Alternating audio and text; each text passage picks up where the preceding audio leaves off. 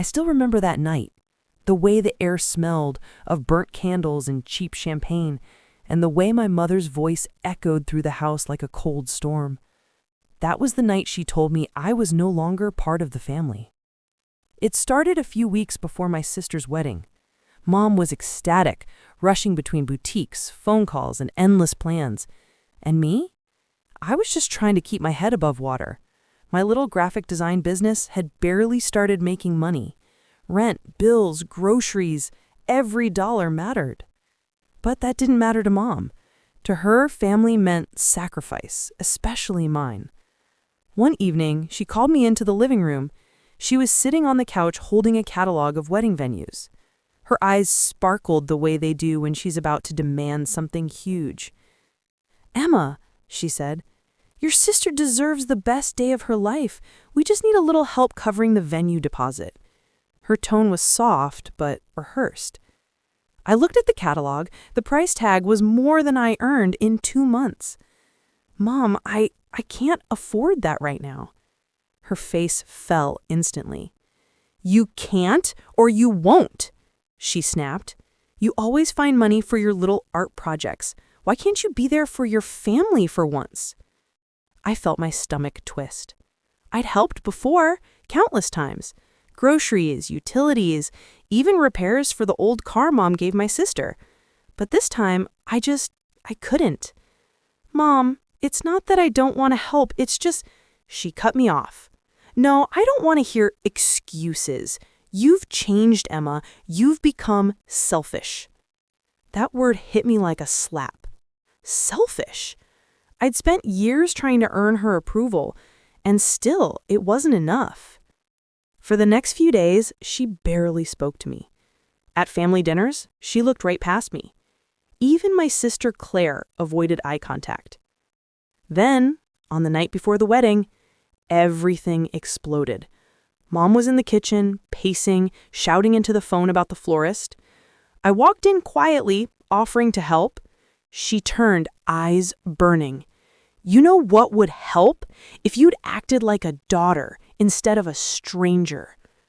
Her words stung, but I kept my voice calm. "Mom, I love you. I just can't give what I don't have." She laughed, bitterly. "You know what, Emma? Maybe you don't belong in this family anymore. You're just unnecessary weight." I froze. For a second, I thought I'd misheard her. But she said it again, softer, almost like she meant it. "I think it's better if you don't come tomorrow." I stood there, numb, breath shallow.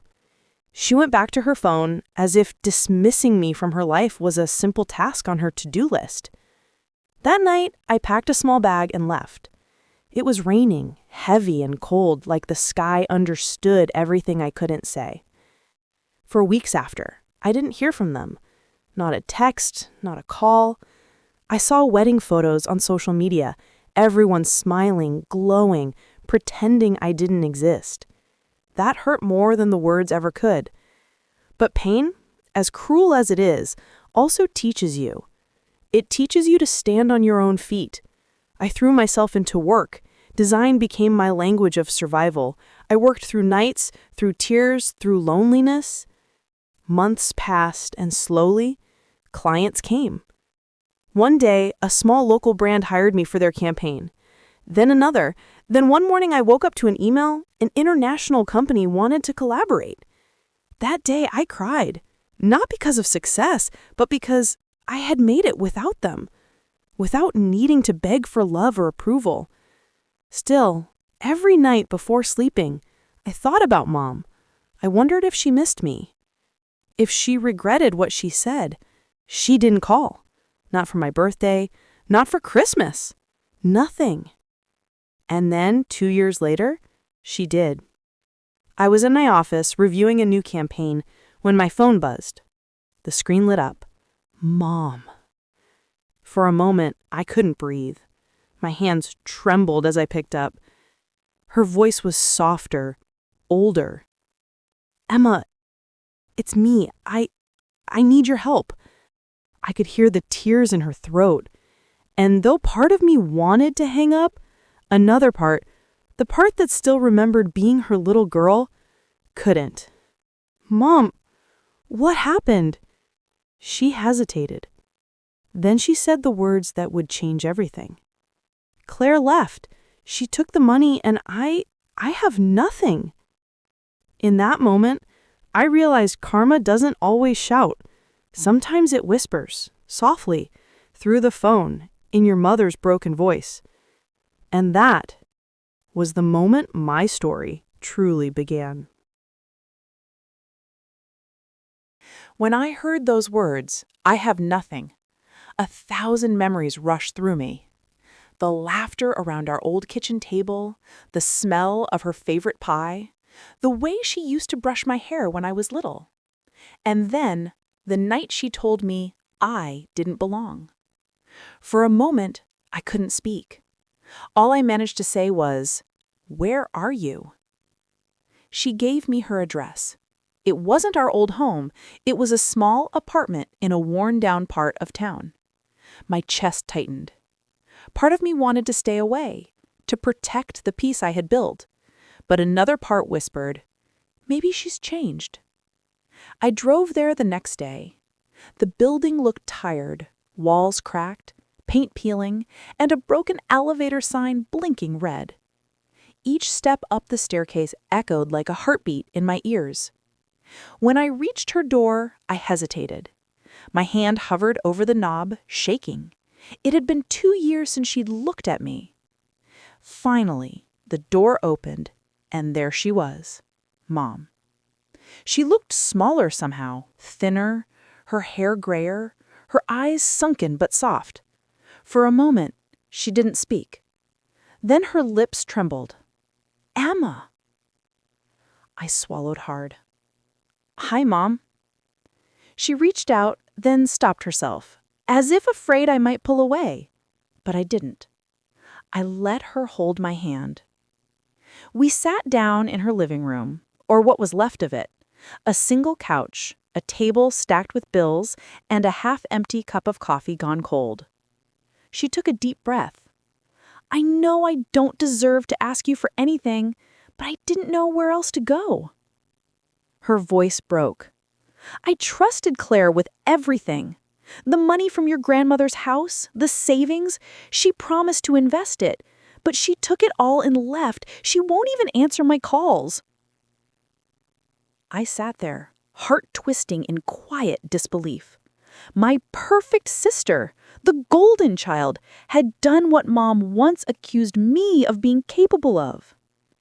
I didn't feel joy, not revenge, just a strange, heavy silence. "I'm so sorry, Mom," I said softly. Her eyes filled with tears. "I'm not asking for money, Emma. I want to make things right. I treated you terribly. I see that now." I looked around the room, the peeling wallpaper, the stack of unopened mail, the weight of her loneliness. And in that moment I realized justice wasn't always about payback. Sometimes it was about peace.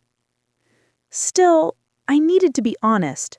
"Mom, when you said I wasn't part of the family, it broke something in me. I spent years trying to fix it."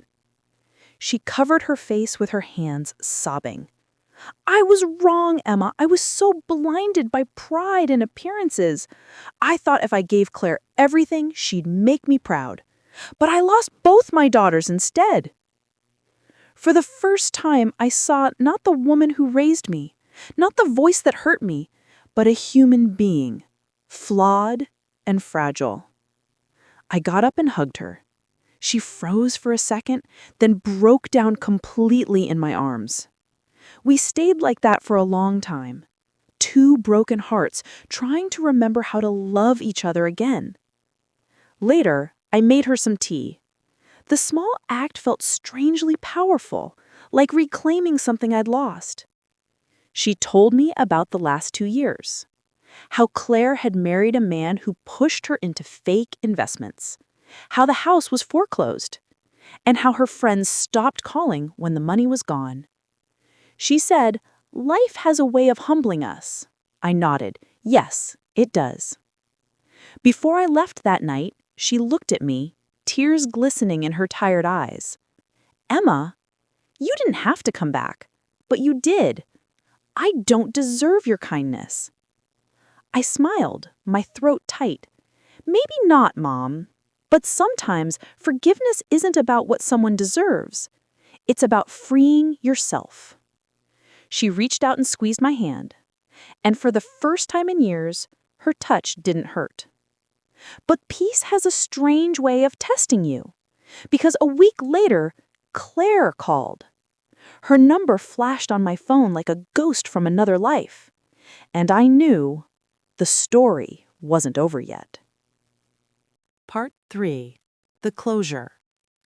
The moment I saw Claire's name flash on my phone, my heart skipped. For 2 years, there had been silence. No calls, no messages, just distance heavy enough to fill a lifetime. And now, she was calling. I stared at the screen, my thumb hovering over the answer button. Finally, I took a deep breath and pressed it. Hello? There was a pause, then her voice, trembling, unfamiliar, almost scared. Emma, it's me. I closed my eyes. I know. She hesitated. Mom told you? Yes, I said quietly. She did. Claire exhaled shakily. I messed up. I thought I was doing the right thing, investing, growing it for us, but I trusted the wrong people. Her voice cracked. I lost everything, Emma. The money, the house, even him. He left the moment it was gone. I leaned back in my chair, staring at the ceiling. For a moment, I saw the little girl she once was, stealing my hair clips, crying when she broke her toy. But the woman on the phone wasn't that girl anymore. She was lost. I'm not calling for money, Claire said softly. I don't know where to go. A lump formed in my throat. How strange, I thought, the circle life makes. The one who had everything now had nothing. The one cast aside was being called for help. Where are you? I asked. She gave me the name of a motel outside the city. That evening I drove there, the same kind of silence in my car that had followed me the night I left home. Only this time, I wasn't the one running. When I arrived, she was sitting on the steps, arms around her knees, eyes red and swollen. She looked up slowly, and for a second, time folded in on itself. Emma, she whispered. Her voice was thin, brittle, full of shame. I sat beside her, neither of us speaking for a long while. The sound of traffic hummed in the background, and the streetlights flickered like tired stars. Finally, she said, Mom told me how you helped her. You didn't have to, after everything. I looked straight ahead. She's still our mom. She nodded, tears spilling down her cheeks. I don't know why I became so jealous of you. Mom always made me feel like I had to compete, like you were the responsible one, and I was just decoration. Her honesty caught me off guard. It was the first time I'd ever heard her admit it. Claire, I never wanted to be better than you. I just wanted to be seen. We sat there in silence again, the kind that cleans instead of wounds. Then I stood up and held out my hand. Come on, I said gently. You're coming with me. Her eyes widened. After everything I did? Yes, I said, because holding on to anger won't fix either of us. Back at my apartment, she hesitated at the door, afraid to step in, but I smiled and said, It's just a place. What matters is you're not out there alone. Over the next few weeks, the three of us, Mom, Claire, and I, began to rebuild something that looked like family. Awkward at first, careful, like walking on glass. But slowly, the cracks began to seal. Mom started cooking again, her old apple pie recipe that used to fill the whole house with warmth. Claire found small design jobs through my connections, learning humility in every email she sent. And me? I found peace and forgiveness. One Sunday afternoon, as sunlight poured through the windows, Mom called us both to the table. Her eyes were filled with tears, but this time they weren't from regret. They were from gratitude. She took our hands in hers and whispered, "I thought love meant control. I thought I had to choose between my daughters. But love isn't about choosing. It's about holding on, even when it hurts." Claire squeezed her hand. "I'm sorry, Mom." She nodded, then looked at me. "And Emma, thank you for coming back, for reminding me what family really means." I smiled through the tears. "It's okay, Mom. We're here now. That's what matters." We sat there, three broken people piecing each other back together, one honest word at a time. The same table where I once felt invisible, now felt like home again. Later that night, as I stood by the window, watching the city lights, I thought about everything that had happened, the pain, the silence, the long road back. Life had taken everything from us, and in return, given us truth, the kind of truth you can only earn through heartbreak. And for the first time in years, I whispered to myself, not in bitterness, but in peace, "I forgive you." Outside, the wind carried the scent of rain, the same rain that had fallen the night I left home, only this time, it didn't feel cold, it felt like cleansing. Because in the end, emotional justice isn't about revenge. It's about letting go and realizing that sometimes the greatest victory is choosing love anyway. And that was how my story ended. Not with anger, not with triumph, but with peace, the kind that stays.